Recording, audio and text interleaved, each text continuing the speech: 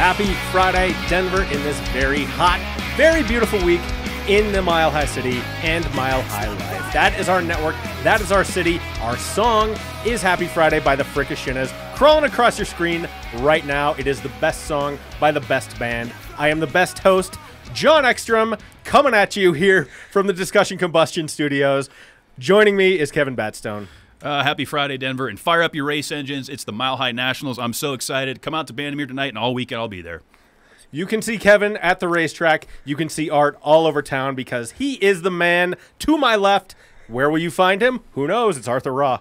Hey, man, I'm out and about, baby, and I like to keep it a mystery lately. All right. Okay, mysteries. Here we go. Where can you solicit sex in this city? I wonder. It seems like PT's Showclub might be the place for that. According to a recent Westward story, my God, they are busted for allowing prostitution. Who's got this one, Kevin? Well, I'll tell you this, fellas. PT's has definitely been a staple in this city for a long time. It was one of the first clubs I went to when I moved to Denver. As an 18-year-old, you know, it's exciting because it was an all-nude club. They didn't serve alcohol, so me and the guys would go down there and have some fun. And I'm telling you right now, I think that this has been going on for a long time. I really do. Yeah. This is not a new occurrence, but here's the deal. So they sent an undercover officer into the PT's off Evans, which is the one that does serve alcohol, and it's the one that has both male and female strippers. Oh, and it's got, like, separated, right? Yes. Like, so there's, like, an all-nude side, which Just is the no upstairs. alcohol. And then there's the... Wait, there's an upstairs in PT? PT's Evans. Oh, The one on Evans, not the one on Kennedy. I've never been Yeah. to that one. Yeah, so I've been to both of them, like the true degenerate that I haven't been in years, like, but I remember them both. But yeah, there's one side where they don't serve alcohol. Correct. That's all nude. And then there's the side where they serve alcohol. Yeah. Yeah. Yep, exactly. I used to go to the one by Kennedy the most just because it was geographically it was the closest to where I lived, which Sure. is the all-nude club. And I would spend $10 on O'Doul's and not even catch a buzz. But the fact remains is Wait, really? No buzz? not on the O'Doul's. Oh, that sucks. You'd have to drink about 10 of them in 10 minutes to feel anything. Wow. And that's some prohibitive volume-wise. that's like some Joey Chestnut shit right there. Yeah, Open up the yuck. gullet and let it pour. So this guy went in there, this undercover officer, and it was real simple. Just offered, hey, $600 for sex. And she's like, okay. I mean, it was literally that simple, and that's all it took. And then all of a sudden, these undercover guys rushed in. She was arrested for soliciting. No, uniform guys came in. Oh, was it uniformed? Yeah, so, I guess like, it was. He gave the signal, and the uniform guys came in. They all come running Yeah. in, SWAT style. Well, Get on and the ground. I love how she asks, like, are you a cop? And you go, fuck. Like, that doesn't even work in movies. Right. Like- Because wouldn't that technically be entrapment? Well, no, because, like, her asking if he's a cop, Yeah. and then for these services, that can be entered as evidence. That's like, true. at least according to this Westward story. Yeah, that's true. And there's always been a gray area there because I remember in the movie Blow when he's asking, he's like, are you guys cops? You have to tell me or it's entrapment. Like, again, in the movies. Yeah, dude, I don't think that's how it works. Yeah, probably not. So either way, these guys, They make their own rules. they're in trouble. Yeah. This is not good for their business. PT's is a big staple. So they're going to have to appear before court here on August 10th. I mean, here's what I could see possibly happening, right, is they'll be forced to, just like when a liquor store gets busted for selling to a minor, they have to shut down for X amount of days, usually 3 to 5 days. These guys might have to close their doors for a little bit, pay a fine, and then it'll be business as usual, and they're going to have to change their policies. There's absolutely no more prostitution. But in this industry with naked women and alcohol and drugs and you name it, this is dicey stuff. It is. Yeah, I don't know, man. Like, I think there's a way of doing it, though, where you avoid this, because that's gross. Like, worst strip club I've ever been to. Here we go. Let's go on record. We're not going to get them as sponsors. It's the Beach Club in Wasilla, Alaska. Oh, wow. Yeah. Now, what's the worst one in Denver, though? Saturday's Colfax. Yeah, well, yeah, That's which what no I've longer heard, exists. Which I went to on my 18th birthday. Did you? Yeah, I went there once and there was a pregnant stripper. Yeah. Great. Terrific. So, She's that's stripping for what, two. That's what some people are looking for, you know? Yeah, she's stripping for two. But I showed up there with my friend, and we had cigars, and he lit the wrong fucking end of it. And I go, rookie. God, Fantastic. you rube. Like, get out of here. Rookie move. Yeah, dude. So, I don't know, man. Like, the thing that I can think with this is just ew. It's a little dicey. What do you think, Art? My thoughts are that, you know, if you're that desperate for money, just do an OnlyFans thing, you know? Like, I wouldn't be... I respect myself to the point where I wouldn't sell my body like that, you know? So it's just one of those things, and hopefully they are, you know, finding some more self-worth through this experience and realizing that they don't have to solicit their bodies. Sure. I mean, you could be a stripper and stuff. I mean, unless you like it. Like, there's girls that I don't know, like dude. to prostitute, and they, like, have fun and Sex can workers. have fun with guys and, like, this and that. I think that's a different show, Yeah. and one you guys might be interested in. I don't know about that. Right. But here's the thing about that. you don't need to raw dog someone. Pardon the pun there. Oh, yeah. You don't need to raw dog some dude who's willing to do you inside a strip club. That's less than ideal. Yeah. So well, I mean, they got to be putting Jimmy hats on. There's no way. Must. There's no way. I mean, there might be a way. Dude, I don't know. Okay, I prefer not to think about it. Let's move on. Okay. Let's move on to something, some nightmare fuel for, I'm sure, a few people here. Black Widow spiders. My God, they're coming? Art. Well, so we were talking phobias the other week, so now arachnophobia to all y'all. There has been an increase in black widow populations in Colorado. We are all aware of how much it had been raining. So when there's increased moisture, then insect populations also increase, and which would hence why black widows are also on the increase. But sure. These go where the food is. Yeah, I mean, so they're out there, but normally black widows. I'm saying this as there's no big need to worry. Okay, even though they are venomous. There actually hasn't been a recorded black widow death in the United States since, what was it, 1983? That's pretty impressive. So 40 years. It still hurts, though. 40 years. Yeah, sure, it's going to hurt, but these are docile spiders. They're not out there, they're not like wolf spiders running through your house. Right. Like they like to find a cool, damp area, and they kind of just hang out there. Do you have like a fun nursery rhyme for the spiders, like the shiny, furry one? Because the black widow's like if it's bulbous. If it's got an hourglass, don't watch worry your about your ass. ass. Yeah, if it's got an hourglass, watch your ass. But if you're a brown recluse, then get A permanent snooze. yeah. Awful. Yeah. I love it though. I've never seen a black widow. No, you never have. Seriously, living in Colorado all these years? Yeah, I don't think so. Well, they're a little bit more on the countryside, though. My wife saw, I think she was either bitten or almost bitten by a brown recluse. Oh, yeah. Those ones are fucked up. Yeah. They will hurt. Those are terrifying. I had an infestation of those in the house that I rented a few years ago. Yo, dude, no. To the point where they're like on my bed. Oh, no. Never got bit. That's crazy. And so you were sleeping You remember that house? Yeah, I do. Yeah, it was in Seven Hills, and it was infested. Damn. That sounds horrifying. Yeah, you know what? I ended up just getting used to it. It was weird. I'm like, oh, it's my pet. You know? And I'm not a big fan of spiders, for the record. Yeah, I don't know where to go from there. Well, have you ever seen a Black Widow? Black Widow? Yeah, I have. What'd you do? What do you mean, what did I do? What did you do? I think he went on living his life. Yeah, I looked at it and saw, oh, well, I don't want to fuck with that.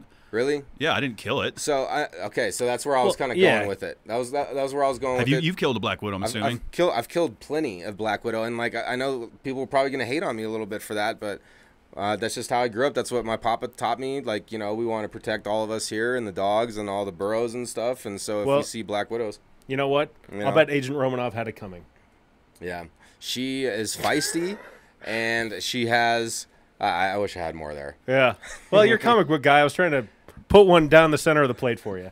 I mean, Romanoff is definitely a man killer, so I'll just say that. Yeah. Well, hey, ScarJo, if you're out there, I know you're a big fan. Here we go. Now we're going to talk about helicopters. So, Kevin, this is the most bougie shit I think I've ever heard. It's ridiculous. So let's hear it. It's almost too stupid to exist, John. Yes. So basically, this guy, Peter Smith, he's this rich guy. He's got a nice helicopter. He's like, I'm going to fucking fly wherever I want, and I'm going to land wherever I want. He was cited earlier this year in February for flying through a national park. And then, just a week or two ago, he decides, I'm going to land this thing in the Grand Teton National Park. I'm just going to land and just go have just a little heyday with it. Yeah, just go have a picnic. Yeah, just go have some fun, maybe drink a beer, look at the water. I'll just leave my helicopter over there for a while. Jesus. And so he's been charged with 2 federal violations. And he's, it's a Class B misdemeanor, which could include a $5,000 fine. It's probably going to end up getting reduced. He's probably going to get a slap on the wrist for it. If he could afford a helicopter, he's probably not too concerned about a $5,000 fine. Well, that's a good point. He probably, honestly, he's probably laughing at this article.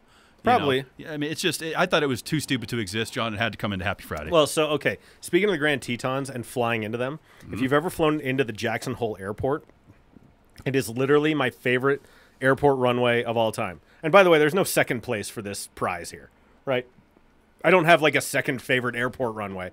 It's this one this one alone when it comes to landing, because if you're on the correct side of the plane, when you land right in the middle of Grand Teton National Park. It is gorgeous. It's the most perfect view of Wyoming. It's so fun. Jackson Hole, Wyoming, yeah. I've never flown in there. I haven't flown. So if you fly into there, take notice, because you land right at the foot of the Grand Tetons. And it's a beautiful airport, too. I'd imagine it'd be a small plane that you're on. No. It's like a... Jackson Hole's pretty good size? Yeah, I flew first class, because there's so many rich people. Right. Right? There's tons of rich posers in Jackson Hole, Wyoming. Yeah. And so, when you land, like lots of flights come from Denver. Yeah. And, so yeah, landed great. It's cool. It was one of the only times I ever got upgraded to first class. That sounds fun. It was great. Great airport. Have you ever flown out of Centennial? Yes. You have? Yes. I always eat at the perfect landing. I go, man, I want to fly out of this airport one day. It's a cool runway. It's fun. Yeah, no, I've done Centennial. I've done Jefferson County Airport. Okay. Both times I was flying to Grand Junction because there's this tiny little airline. I can't remember what it's called, but it's way cheaper to fly this than anything else to Grand Junction. That's cool. Yeah, it's fun. Absolutely. I've never done any of those airports. It would be fun to go do that. I mean, look, if you just have, it would be fun to be. I was thinking about this last night as I couldn't fall asleep, and I was thinking about this one YouTuber who, like, literally he goes on like luxury trains and flights and cruises and just documents it. What a life! Like that's what he does.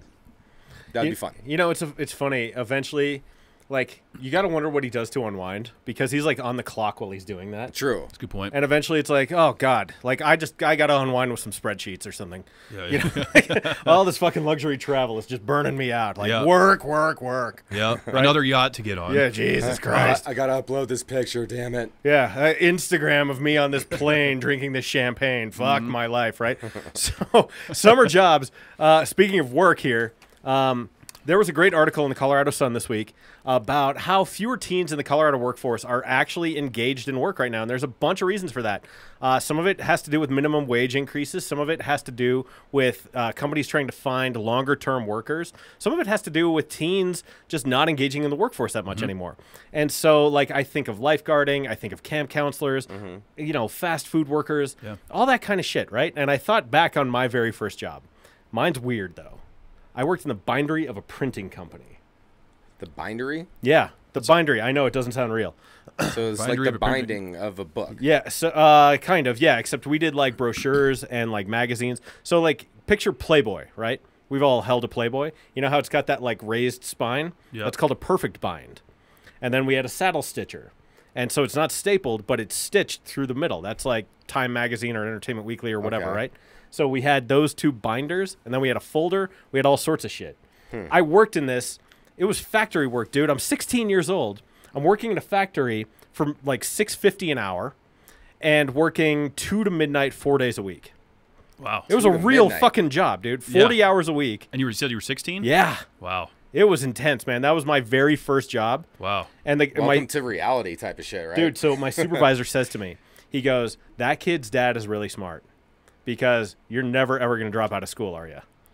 And I go, well, I wasn't at risk for that anyway, but definitely not now. Right. Like, he goes, do something that, you know, involves your mind so you're not standing up. And I had paper cuts from here to here, like, just because I was picking up reams of paper all day, every day. Damn. And so it was all calloused. It was all fucked up, dude. That was my very first job. What about you guys? Well, so as I talked about on episode 226 of John of All Trades podcast, first job series. Oh, shit, that's right. Yes. I was a bagger. I worked in the grocery business where it started 14 years old, Wolfboro, New Hampshire, Hunter's IGA, which burned to the ground this year, unfortunately. My local grocery store burned to the ground. But I was a bagger and a cart collector. So that's why when we talked about the cart narcs a few weeks ago, I had a little bit of empathy for the folks that deal with that. But, I was out there in the sweltering heat pushing buggies, carrying out groceries to local folks' cars. That was my first job at 14. Nice. What about you, man? That's some good work. So my dad was a remodel contractor, so he had me pushing brooms and cleaning up sweeping job out houses, sites. right? Yeah, like 11. So like he had me out there real young. My first official job, like not working for my dad against my will.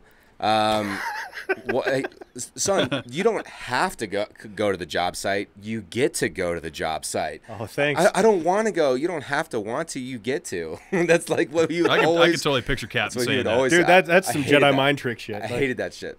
But it molded me into a good work ethic. And so I appreciate that, Dad. Appreciate that, Dad. My first real job was like Party City, I'm pretty sure. Oh, okay.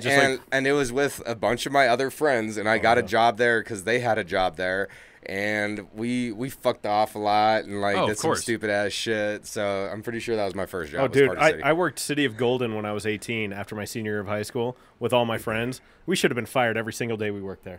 It was phenomenal. Like, we broke all the chalkers. We call them Vietnam rolls. We'd get the truck up to like 20 and then jump off the side of it and roll in the outfield. Oh, gosh. Oh, wow. Yeah, it was It was my favorite job ever. And it was the year 2000. We made $9 an hour. That was pretty good. That's back pretty then. back then, 23 years ago. Yeah. Yeah. I think I started $5.35 an hour is what I was hired on as a bagger back in 2003. Oh, dude, yeah. So yeah, going back a ways, and when I was young, this memory always stood out to me. I was pushing a dolly full of milk, getting ready to go stock the dairy department, and I plowed into an older woman. Oh gosh! Just plowed right into her leg. She's bleeding all over the floor. Oh, no. Good. Which ended up turning into a huge insurance claim. You know, it was a whole ordeal. So I'm like, damn, I felt like such an asshole. You know, this young kid just plows into this old lady in the grocery market. You know, so it was a learning lesson. I buttoned up.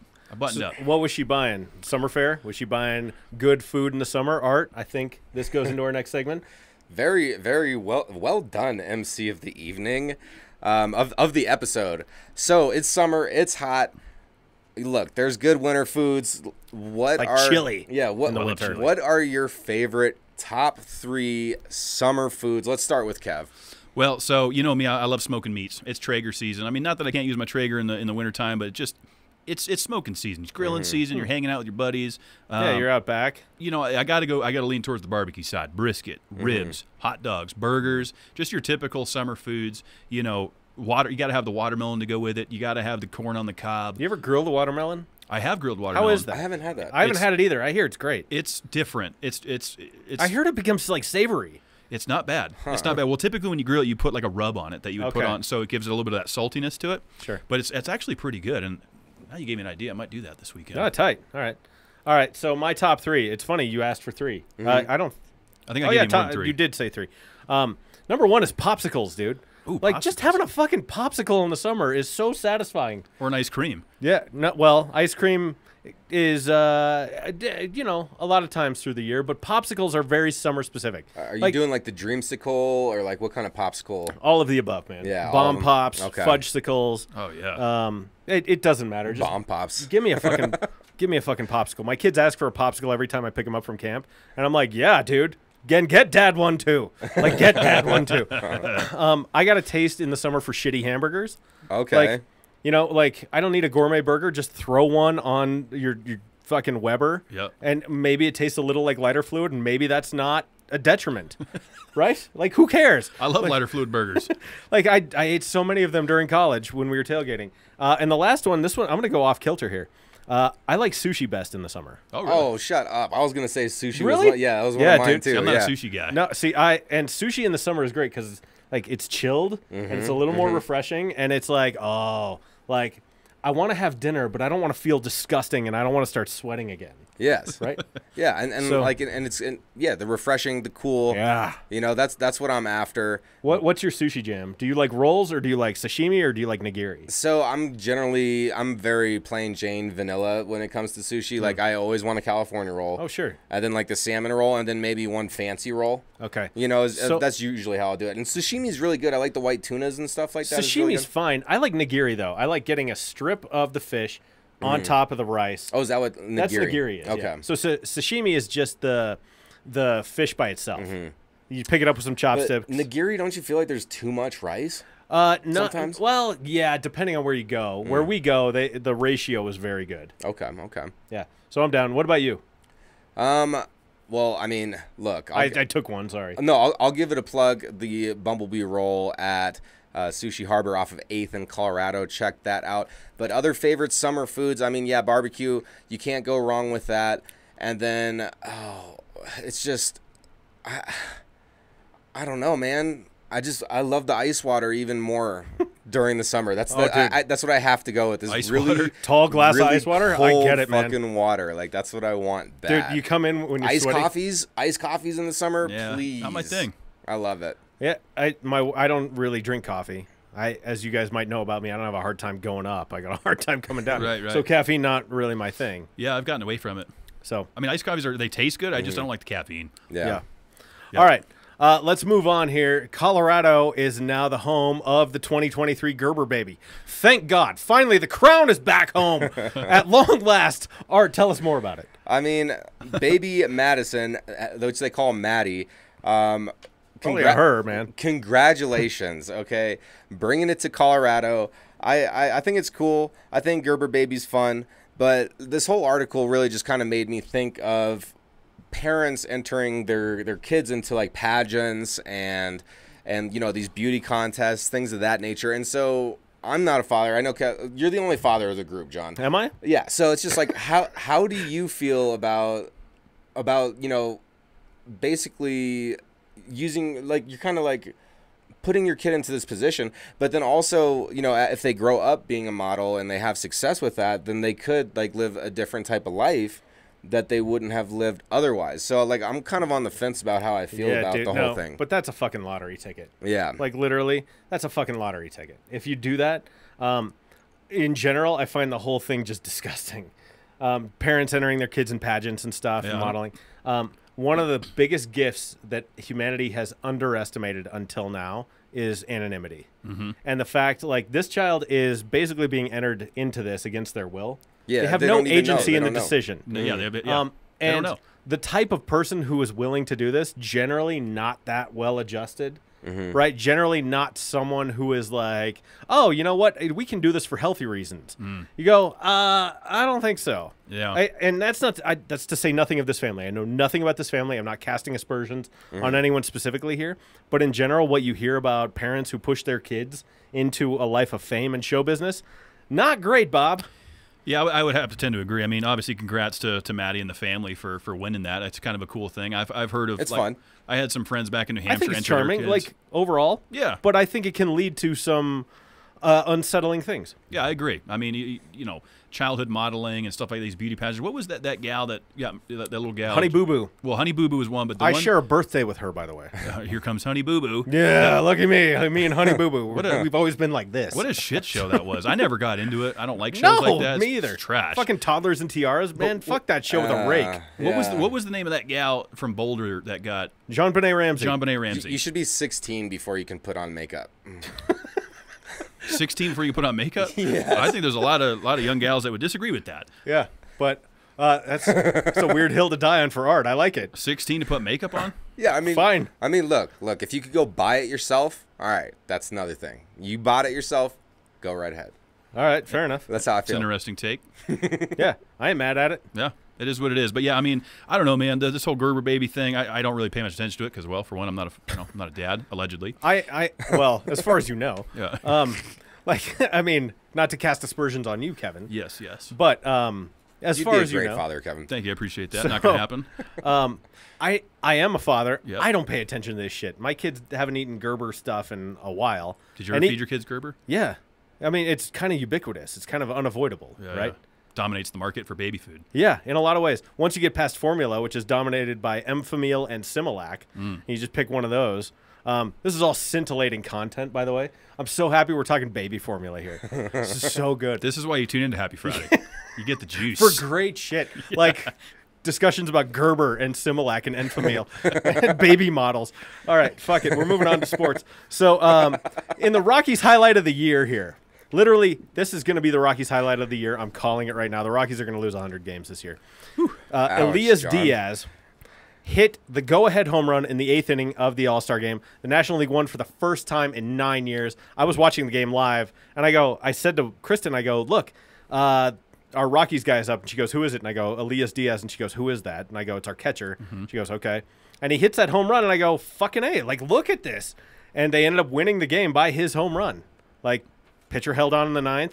And it was exciting, man. It was cool. Rockies highlight of the year. It's good exposure for the Rockies, of course. It's cool to see those guys, getting in there. And I mean, a 2-run homer, in the 8th, that's MVP worthy of the game. I mean, that's the game ended 3-2. Yeah. So I mean, he scored 66% of the points, so to speak. So, worthy of it. And I agree with you, John. Well, you talk baseball so sexy. I know. He scored 66% of the points. Yes. That's good baseball jargon. Oh, I know. It's great. So good. No, it was good. My dad texted me at the end. He's like, did you see what happened? I was like, yeah, it's probably going to be Happy Friday material. So, oh, yeah. Pops is happy that this article is in here. He's a huge Rockies fan. But you think 100 games are going to lose? Yeah. Man. That's rough. That's rough stuff for the NL West. Yeah, I mean, the success, and we've talked about it before, like, it'd be cool to see the Rockies get on the Denver success bandwagon, as far as bringing the championship home for that. They got to tighten up some nuts and bolts there before that happens. Very much so. Elias Diaz is a winner. Who's going to win at the Emmys? We don't know yet, but the nominations are out. The nominations are out. I mean, it's a long list, guys. There's so many categories of this.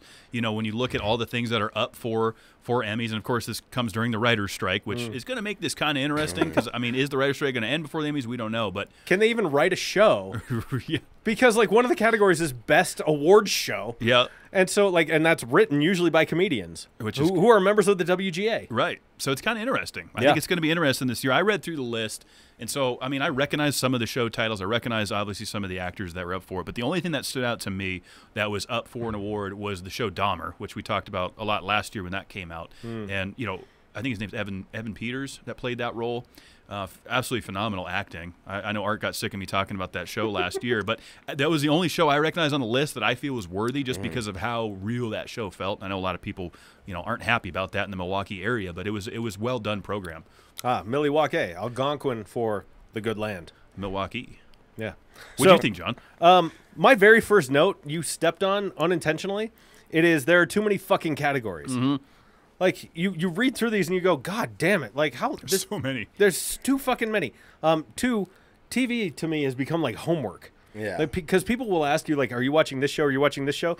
I'm going to put a blanket answer out there, and I'm just going to refer people to this clip. No.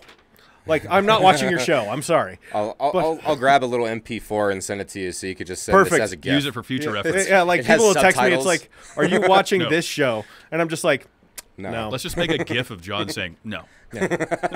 No. Farmer Wants a Friday. Who's watching that? I don't know. Maybe that would be more entertaining than, I don't know. I don't watch the Emmys. You know, people have Emmy parties and stuff like that, and they're like, hey, I'm not having an Emmy party. Let's all get together and Me let's either. watch the Emmys. I would rather stand in a field in the sun and throw a football around. With that said, I will say there were 3 comedies that stood out to me that I have watched. Abbott Elementary is a great show. Ted Lasso is one that I've watched. I think Ted Lasso is really fun. And then Barry just wrapped up, thank Christ, because that show is punishing. There are some really great performances. Anthony Carrigan's up. Anthony Carrigan is amazing on that show, but Barry, very grim in parts, and I can't fucking take it. Like, I haven't heard much about that, but I heard Ted Lasso. A lot of people talk about that. That's on like Apple TV, right? Yeah, it is.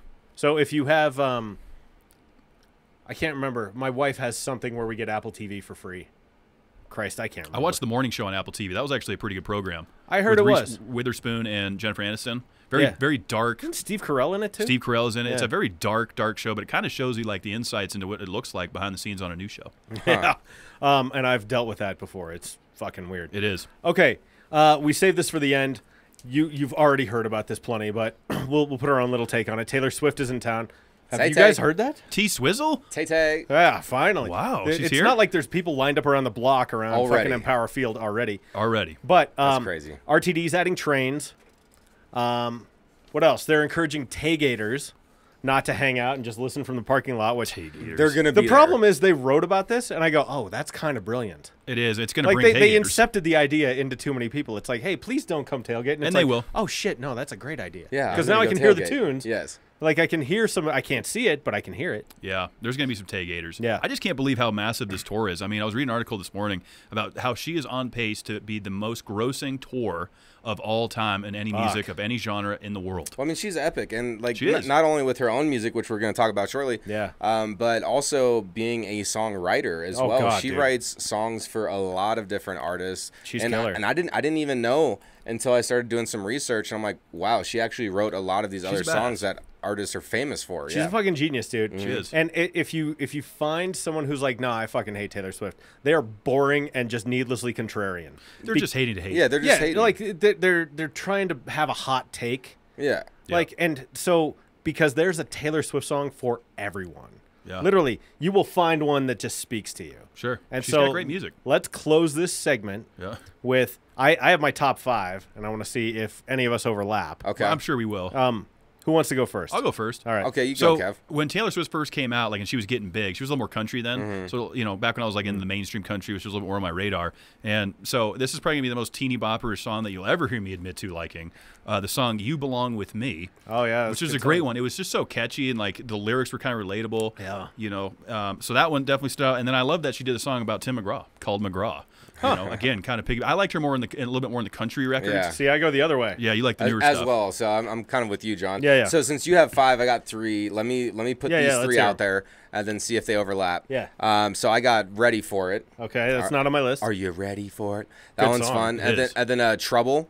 I like that one a lot. Shit. Wait, Trouble. How's that one go? Yeah, sing it for us, Art. That's like the one with Kendrick Lamar. I'm pretty sure is on that with her. Oh, okay. And then Delicate as well. Delicate's on my list. I like that one a So lot. that one overlapped. Yeah, that one's 5. So okay, number 1 for me is Blank Space. Okay. Blank Space, awesome song. It was a song I heard in the car, and I go, "Who is this?" My wife goes, "It's Taylor Swift, you fucking dunce." Like, are you shitting me? And I go, "Sorry, I successfully avoided this for a while, but I am a dunce." Number 2, you guys have heard me sing this many times, and you know this as my philosophy. Anti-hero. Hi, it's me.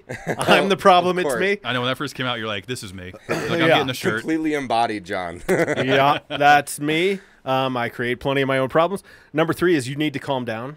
I like that one. That was is on a my good one. list. Yeah. That was. I just did the top 3, but that one was in the That running. one's killer. It was in the and running. number 4 is Bad Blood. Okay. Okay. Oh yeah, Bad Blood's really Yeah, good. Bad Blood's Blood. killer She's song. got some bangers. Dude, She does. the Over catalog 200 is something songs. deep, bro. Oh, yeah. Like, it's very deep. Of her own music, it's almost like 300 songs. Yeah. Just of her, not the ones she It's wrote like for when- other people. You know that Elton John record where it's him in the white hat sitting at the piano? Oh, yeah. And it's like got fucking Benny and the Jets and Saturday Night's All Right for Fighting and Daniel and Your Song. Like, those were the first like 9 years of his career. And he already had a greatest hits album. Taylor Swift could have like 4 greatest hits albums at this point. Easily. Oh yeah. Like same kind of Easy. energy. And I think she's my age, so she's mid-30s. Like, Yeah. she's got a ways to go in the music biz. Many more records coming, many more songs written. Incredible. the way if she can keep up this pace, it's remarkable. But one thing is, I would never stand in a super long line to go watch one of my peers. You know, so You have a ticket with a seat, man. Yeah, what do you gotta line up a day early to all for? the people out there that are doing that, you know, dude. kudos to you. But I did wait for Halo 2 to drop back in the day, so there's that. That's funny. Okay, so that's obviously going on this weekend. That's going to dominate the conversation. What else? What are you doing this weekend? Oh man, tonight I will be at Bandimere Speedway for one last time, guys. This is it for Thunder Mountain, NHRA, Mopar, Mile High Nationals, the Dodge Brokers. It's going to be fantastic. Completely sold out. Absolutely, all 3 days packed up there, man. It's going to be so much fun. Leah Pruitt, John Force, all the big hitters. Come hang out. It's going to be fun. Nice. Art, what are you up to? So I'm going to go on a little camping trip for first time this year. It's going to be a good time. I am bringing some earplugs because I'm sharing a tent with a gentleman that has very loud sleeping patterns. Yeah, and who is not me, but I also share his affliction.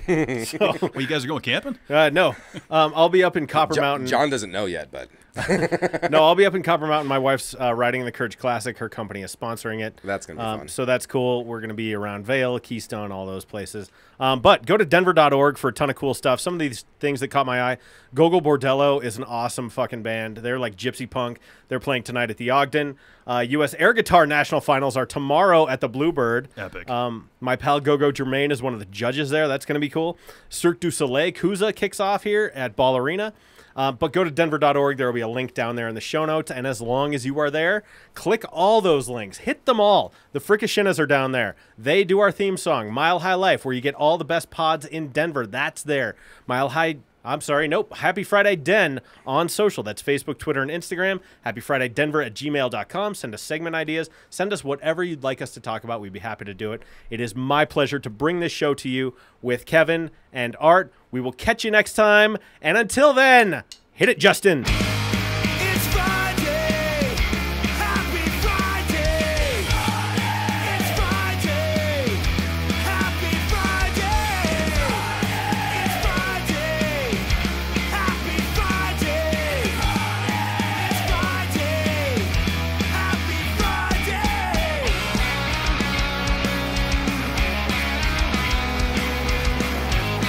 And next up Friday night.